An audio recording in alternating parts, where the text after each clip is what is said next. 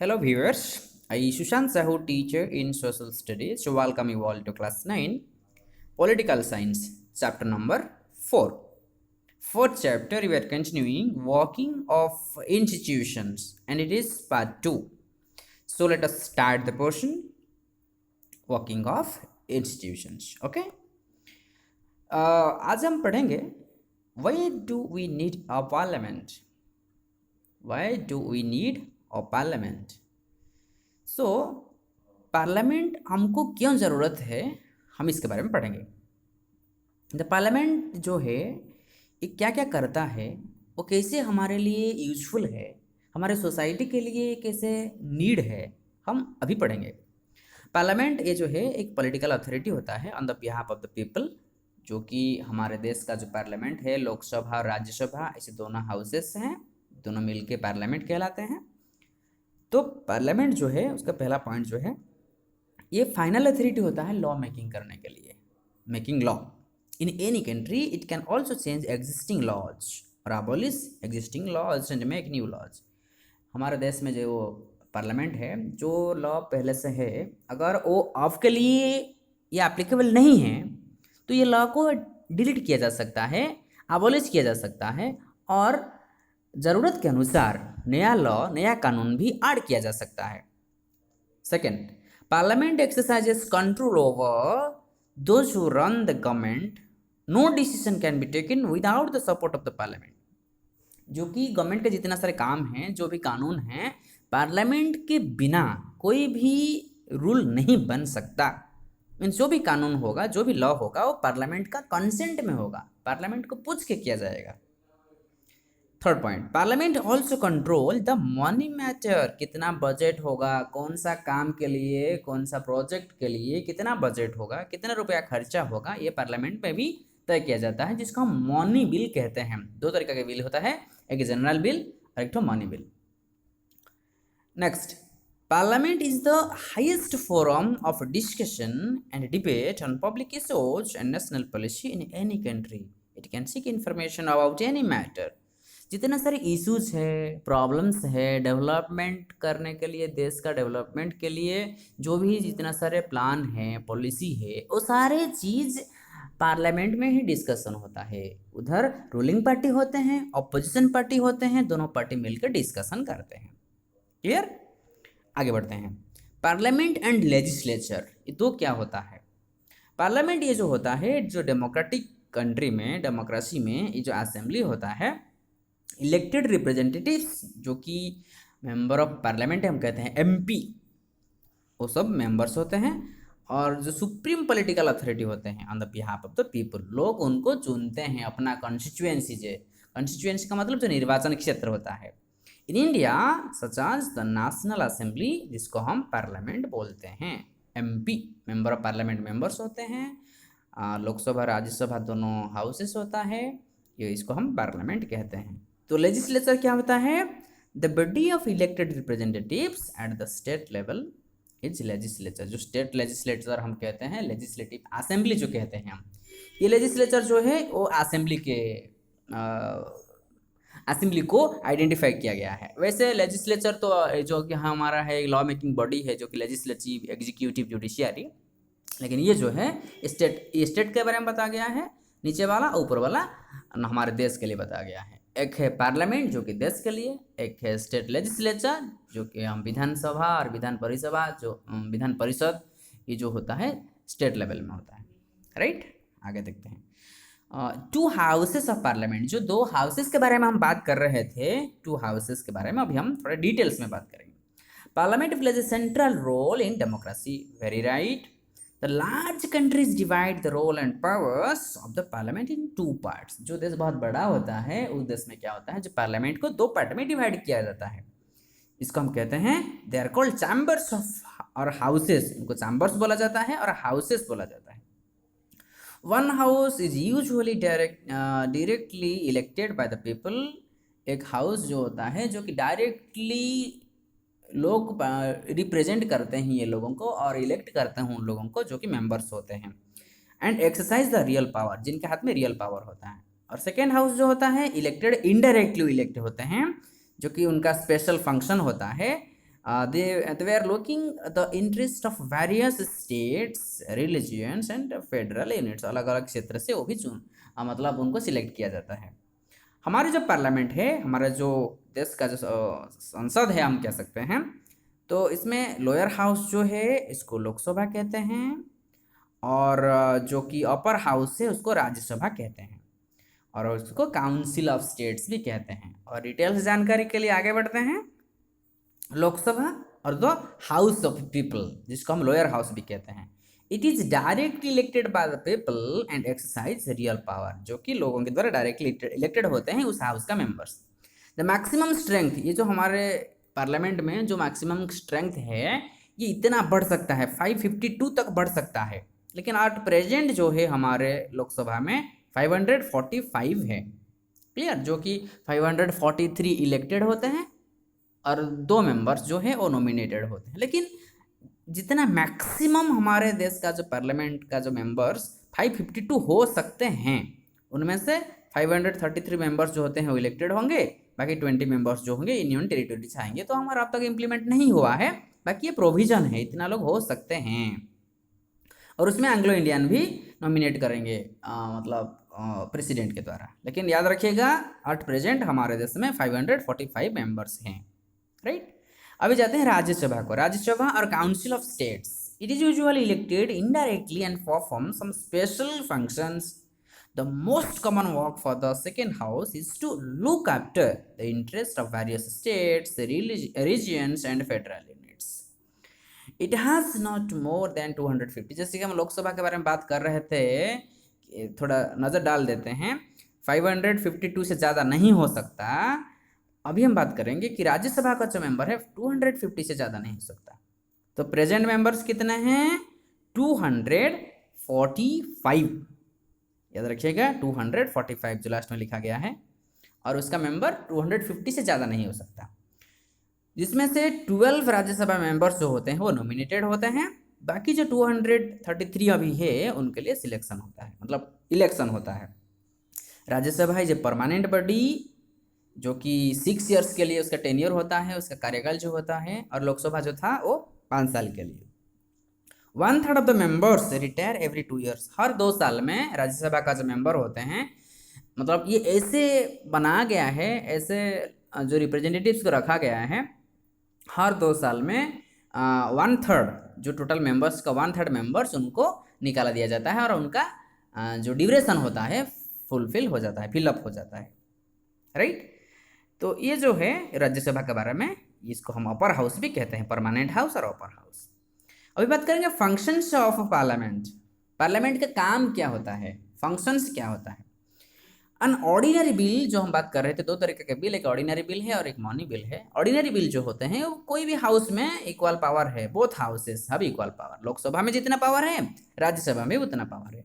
In case of for deadlock, जो अगर दोनों हाउस में कुछ कंक्लूजन नहीं निकल पाया तो क्या होता है, जॉइंट सिटिंग होता है दोनों हाउसेस को मिला के, जिसमें कि लोकसभा और डेफिनेटली लोकसभा का न्यूमेरिकल मेजोरिटी होता है, तो उसमें जॉइंट डिस्कशन होता है, प्रेसिडेंट उसको कंडक्ट करते हैं। और मेनी मैटर्स जो है, बहुत सारे मैटर्स होता है, Lok Sabha enjoys more power than Rajya Sabha. Rajya Sabha से हम कंपेयर करेंगे तो लोकसभा ज़्यादा पावर एंजॉय करते हैं। लोकसभा में जो पास हुआ और राज्यसभा को जाता है 14 डेज के लिए। अगर 14 डेज के बीच में कुछ रिप्लाई नहीं आया तो माना जाएगा कि राज्यसभा एक्सेप्ट कर लिया, अगर उसके बीच में आया तो ठीक है। लोकसभा जो होता है कंट्रोल करते हैं council of ministers through no confidence motion. जो काउंसिल ऑफ मिनिस्टर्स होते हैं वो सारे मेंबर्स जो होते हैं, कैबिनेट मिनिस्टर्स होते हैं, इनका जो कोऑपरेटिव मेंबर्स होते हैं, सारे एक दूसरे से जुड़े होते हैं। कोई एक का गलती हुआ तो सारा सरकार रेस्पॉन्सिबल है, गवर्नमेंट रेस्पॉन्सिबल है। इसमें बोला जाता है no confidence motion. Rajya Sabha does not have this power, Rajya Sabha के पास ये पावर नहीं है, राइट। अब देखते हैं political and permanent executive. Executive के बारे में 2 कॉन्सेप्ट होता है, एक पॉलिटिकल एग्जीक्यूटिव होता है, एक परमानेंट एग्जीक्यूटिव होता है। तो पहले बात थोड़ा कर लेते हैं पॉलिटिकल क्या होता है। The one which is elected by the people, जो मेंबर्स लोगों के द्वारा निर्वाचित होते हैं, इलेक्टेड होते हैं, इनको बोला जाता है पॉलिटिकल एग्जीक्यूटिव, जो कि स्पेसिफिक टाइम के लिए निर्वाचित होते हैं, जैसे कि 5 साल के लिए हमारे देश में निर्वाचन। It signifies the government of country, हमारे देश का जो गवर्नमेंट है यो बनाते हैं। और जो होते हैं, और एक तरीका का जो होते हैं permanent executive, the people are appointed on a long term basis. Permanent executive जो कि सिविल सर्विसेज हम कहते हैं, आईएएस, आईपीएस, राइट, आईएफएस, ये सब लोग होते हैं परमानेंट एग्जीक्यूटिव। उनका काम क्या होता है? People working for the civil services, जिनको हम कहते हैं सिविल सर्वेंट्स, गवर्नमेंट का ये सेवा करते हैं, and they are permanent members of the government, permanent executive. थोड़ा डिटेल जानकारी लेते हैं, डिफरेंशिएट करते हैं, difference between political and permanent executive. तो पॉलिटिकल एग्जीक्यूटिव के बारे में पहले बात कर लेते हैं। ये जो एग्जीक्यूटिव होता है, they are elected by the people for a specific period, clear, specific period हो गया। और उनके एग्जाम्पल ले सकते हैं political leaders like prime minister, council of ministers, ये हो गया।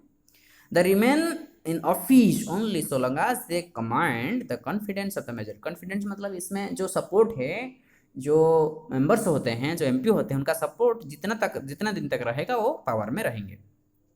और वो लोग आंसरेबल है, आंसरेबल मतलब लोगों के पास, ये लोग रिस्पॉन्सिबल है लोगों का बात को सुनने के लिए। क्या है? All the consequences of the decision, जितने सारे डिसीजन वो लेते हैं वो लोगों के पास आंसरेबल है, वो बताएंगे, सब जवाब देंगे लोगों को। They are more powerful, they take all the final decision, वो लोग ज़्यादा पावरफुल होते हैं और फाइनल डिसीजन सब लेते हैं। ये गया पॉलिटिकल एग्जीक्यूटिव, खत्म। अब आते हैं permanent executive, right, permanent executive. The permanent executive are salaried with civil servants who are appointed on a long term, ये लोगों को लॉन्ग टर्म के लिए अपॉइंटमेंट मिलता है। पर्सन्स वर्किंग इन आईएएस, इसमें बात कर रहा था, आईएएस, आईपीएस, आईएफएस, ये सब ये कैटेगरी का लोग हैं। They remain in office even when the ruling party changes, जब ये पार्टी, पॉलिटिकल पार्टी जब चेंज भी हो जाता है, उनका कुछ प्रॉब्लम नहीं होता है, वो अपना जॉब में रहते हैं। और उनका जो टेन्योर होता है, उनका जो काम करने का जो टाइम होता है, ड्यूरेशन होता है, ये फिक्स रहता है।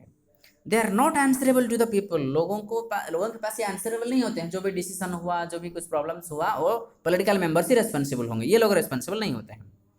दे आर लेस पावरफुल, उनके पास थोड़ा कम पावर होता है, क्योंकि जो सारे डिसीजन होता है, जो सारे बड़ा बड़ा कॉन्सिक्वेंसेस होता है, कंक्लूजन होता है, वो सब पॉलिटिकल लीडर्स ही लेते हैं, ये सिर्फ गाइड करते हैं, मतलब उनका सजेशन सिर्फ लिया जाता है। They do not take a decision, ये डिसीजन से नहीं लेते हैं, सिर्फ सजेशन दे सकते हैं।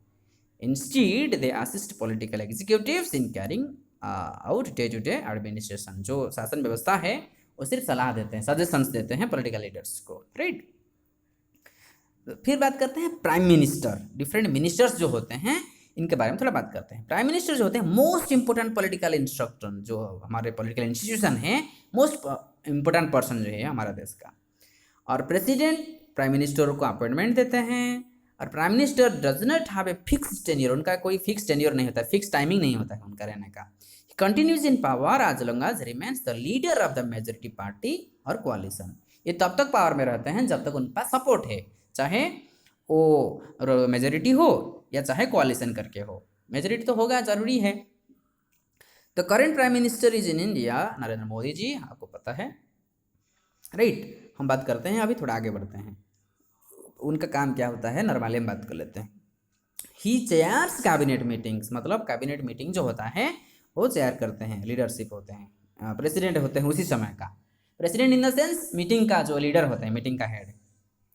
फिर second, he coordinates the work of different department, अलग अलग डिपार्टमेंट का जो काम होता है वो कोऑर्डिनेट करते हैं, दूसरा गया। तीसरा, his decisions are final in case disagreement arise between departments, अगर कोई डिपार्टमेंट के बीच में कुछ प्रॉब्लम हुआ तो उनका डिसीजन फाइनल माना जाता है।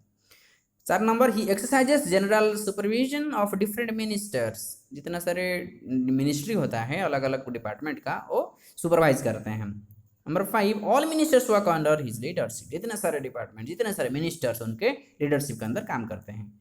Sixth, the prime minister distributes and redistributes work to the ministers, prime minister जो होते हैं वो काम को डिस्ट्रीब्यूट करते हैं मिनिस्टर्स के बीच में। He has the power to dismiss minister, उनके पास भी पावर होता है कोई भी मिनिस्टर्स को डिसमिस करने के लिए। When the prime minister quits, the entire ministry quits, जब प्राइम मिनिस्टर पावर में नहीं रहे तो कोई मिनिस्टर्स भी पावर में नहीं रहे। 10, if the cabinet is the most powerful institution in India, within the cabinet it is the prime minister who is the most powerful. Prime minister वो हैं जो कि सबसे पावरफुल इंसान होते हैं गवर्नमेंट के तरफ से, गवर्नमेंट बनाने के हिसाब से। अभी बात कर लेते हैं कैबिनेट मिनिस्टर्स कौन होते हैं। Council of ministers in official name for the body that includes all the cabinet ministers, जो कि जितने से इंपॉर्टेंट डिपार्टमेंट होता है इनको सब कैबिनेट मिनिस्टर्स का बोला जाता है। Usually 60 to 80 ministers in different task. Usually top level leaders of the ruling party जो होते हैं, टॉप लेवल लीडर, उनको चार्ज दिया जाता है मेजोरिटी मिनिस्टर, जो कि मेजर बड़ा काम जो होता है, बड़ा डिपार्टमेंट जो होता है। Usually the cabinet ministers meet to take decisions in the name of the council of ministers. Council of ministers सब मिल के डिसीजन लेते हैं। Cabinet is thus the inner ring of the council of minister. जितने सारे council of minister जो हमारे 3 type का है, जिसमें से कैबिनेट मिनिस्टर सबसे ज़्यादा इंपॉर्टेंट रोल प्ले करता है। It comprises about 20 ministers, approximately 20 ministers मिलते हैं उसमें। कैबिनेट मिनिस्टर्स के बाद हम पढ़ेंगे minister of states with independent charge. ये मिनिस्टर ऑफ स्टेट होते हैं जिनको इंडिपेंडेंट चार्ज दिया जाता है। उनका काम क्या होता है? Usually the charge of smaller minister, छोटा छोटा जो काम है उनका रिस्पॉन्सिबिलिटी दिया जाता है। दे participate in the cabinet meeting only when special invited. सारे मीटिंग में वो नहीं जाते हैं, उनको इन्वाइट नहीं किया जाता है, जब कुछ स्पेशल होगा तभी बुलाया जाता है उनको। Third type of minister, minister of states. उनको they are attached to and required to assist cabinet ministers. Cabinet ministers जो होते हैं उनको मदद करने के लिए मिनिस्टर ऑफ स्टेट्स का मदद लिया जाता है। The cabinet work as a team. No minister can openly criticise any decision of the government even if it is about another ministry और department. Every ministers has secretaries who are civil servant. सारे ministers के पास एक एक secretary होते हैं, IAS जो हम कहते हैं, उनके पास रहते हैं। The secretaries provide the necessary background information to the ministers to take decisions. जो सेक्रेटरी होते हैं पहले से हम पढ़ चुके हैं, जो कि पॉलिटिकल एग्जीक्यूटिव, परमानेंट एग्जीक्यूटिव जब हम बात कर रहे थे, जो कि परमानेंट एग्जीक्यूटिव होते हैं ये सब सेक्रेटरी बनते हैं। IAS IPS लेवल का जो लोग होते हैं ये सेक्रेटरी बनते हैं। So dear viewers, this is all about the chapter of this portion. Once again we will meet in the next portion in the next class. Till then, take care of your studies. Thank you all.